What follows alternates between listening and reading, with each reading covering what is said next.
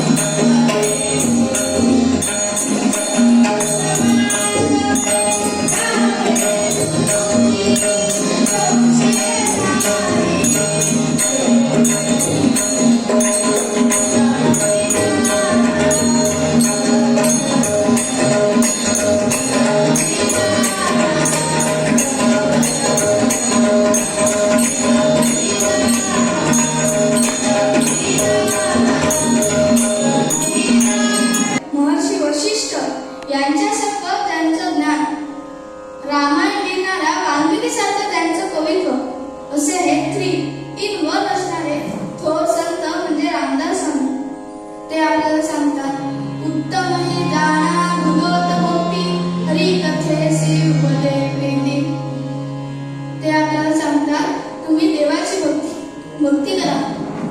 पण आम्ही विचारतो देवाची भक्ती करायची तर कशी? तर मी सांगतो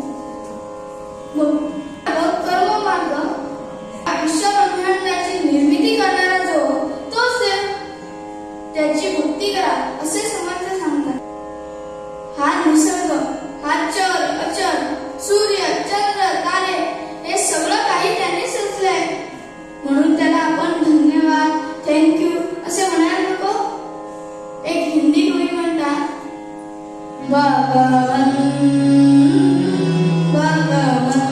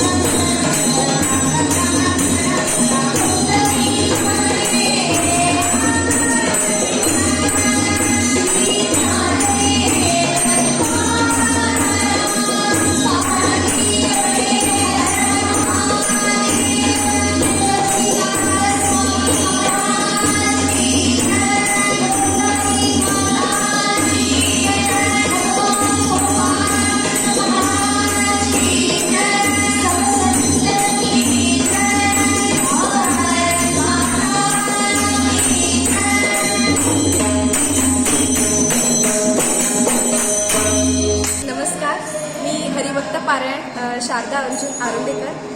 तर आज ते श्री नारद जयंतीनिमित्त मोरजाईच्या देवळामध्ये मोर्जे इथे कीर्तन संमेलन होत आहे. तर इथे अनेक बाल कीर्तनकार आहेत, तसेच मोठे कीर्तनकार आहेत ज्यांनी खूप वर्ष या कीर्तनाच्या कलेमध्ये घालवली आहे. तर खरंच खूप बरं वाटतंय. खरं तर मी सुहास बुवा वजे बोरीकोंडा यांच्याकडे कीर्तन शिकते आणि मला इथे पहिल्यांदाच ॲक्च्युली खरं तर मी 60 कीर्तनं सगळ्या देवांच्या कृपेने प्रयत्न केला आहे करण्याचा, अजूनही शिकतेच आहे. तर आज मला पहिल्यांदा नारद जयंती निमित्ताने इथे मला मंगलाचरण सादर करण्याची संधी मिळाली. तर खरंच खूप बरं वाटते की या गोमंतकामध्ये नवे नवे कलाकार होत आहे, कीर्तनं होत आहे. तर अशीच कीर्तनं चालू राहू.